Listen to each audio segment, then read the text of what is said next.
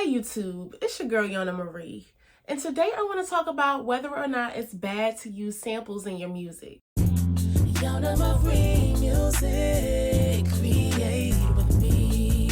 So the idea of using samples for your original creations is usually okay for most producers and songwriters, but some of them swear that it's cheating, it's wrong, you should just not do it at all, it's unoriginal, it's uninspired. And I want to talk a little bit more about that because some people are sampling wrong to the point where it's making the rest of us look bad when we do add samples for our own creations. The truth is that a lot of producers and songwriters use samples. Some of your favorite EDM producers, some of your favorite hip hop producers, pop producers, they use samples, and it's okay to do. You know, Kanye is very well known for using samples. EDM producers like Ali James, very well known for using samples too. Very successful people are doing it, making money off of it, getting accolades for it. So don't feel wrong if you use samples before or you're considering using samples in the future. I've seen people having huge heated debates about this, but long story short, everything is a derivative of something else. You can get stuck in your head to the point where you're like, okay, I don't want to use this sample loop, so I'm going to make my own sample loop.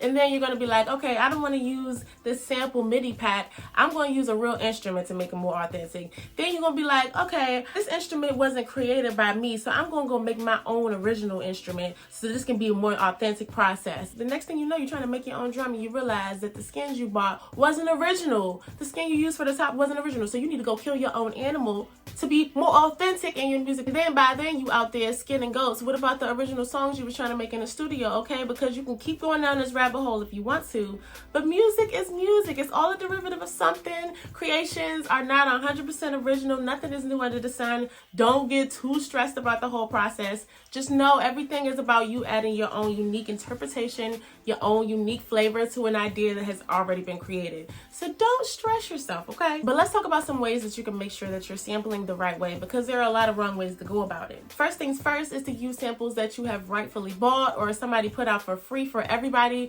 for free. Don't be using unclear samples. Don't be using stolen samples.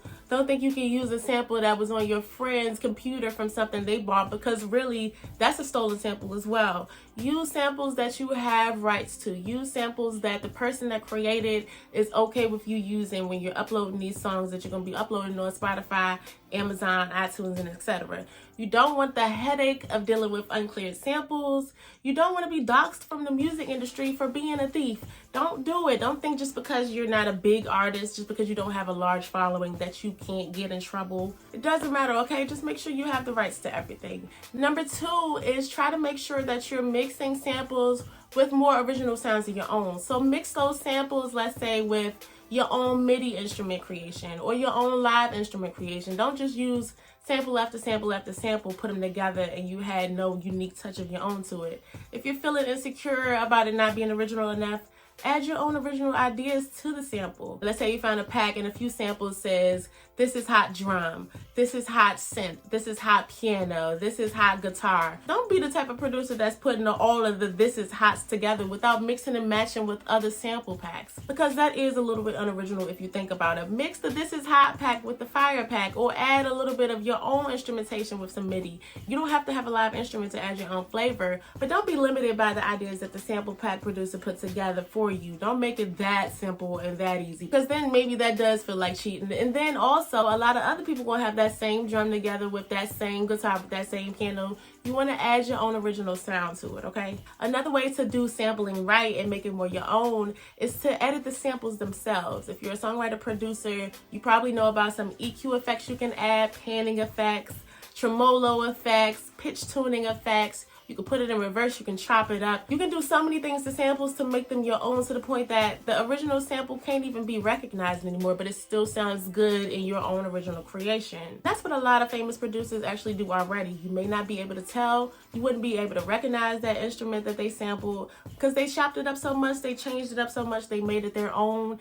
It's their own creation almost. And another tip, if you feel like you want to do your own thing even more and you don't want to take loops from a popular library like Splice, for example, Make your own loops. Get creative with your own loops. Make loops from your own vocals. Make loops from things around the house. And then add your own effects to that. Chop that up. And then mix that with your own instruments. You can sample yourself. That's not a bad thing to do, especially if you're more advanced in your production and songwriting. And my last tip I want to make very clear because it's very important.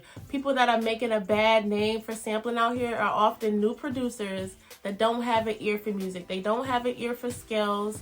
They don't know time signatures. They don't know key signatures. They're putting sample loops together that sounds bad. It's clashing.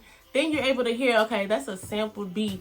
And not only is that a sample beat, it sounds a mess too because the melodic ideas are not meshing well together. Don't be that sampler. Don't be that producer, okay? If you're going to be making beats from samples and you don't feel like you have the skill to make up your own instrumentation, whether that's MIDI or live instrumentation, make sure you have the ear to put samples together well. Make sure you can put it in front of a music professional and they understand that you know music. Know your music theory. Because I heard a lot of times in my career where somebody comes up to me like, okay, I want you to sing on this song. I play the song and the beat starts sounding good for a second, but then the instrument comes in and I know it's a sample and it doesn't fit with the key at all. And I'm here like, how am I going to write to this song and this song doesn't make any musical sense? It happens so many times with new producers who get on these sample libraries like Splice and just put things together. It might sound a little bit good, especially to an untrained musical ear, but it's not working in the world of music professionally. Don't be that person because not only are you sounding like you're cheating, but you sound like you're cheating bad. Don't be out here making sampling look bad because sampling is an art form in itself. Don't think that it's cheating as long as you're doing your own thing originally. You're adding your own elements, your own unique flavors to these compositions,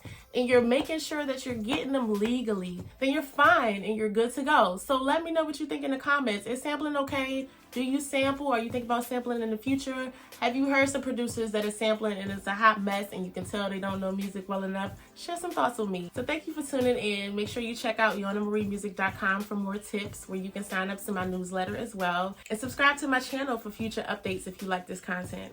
I'll see you later.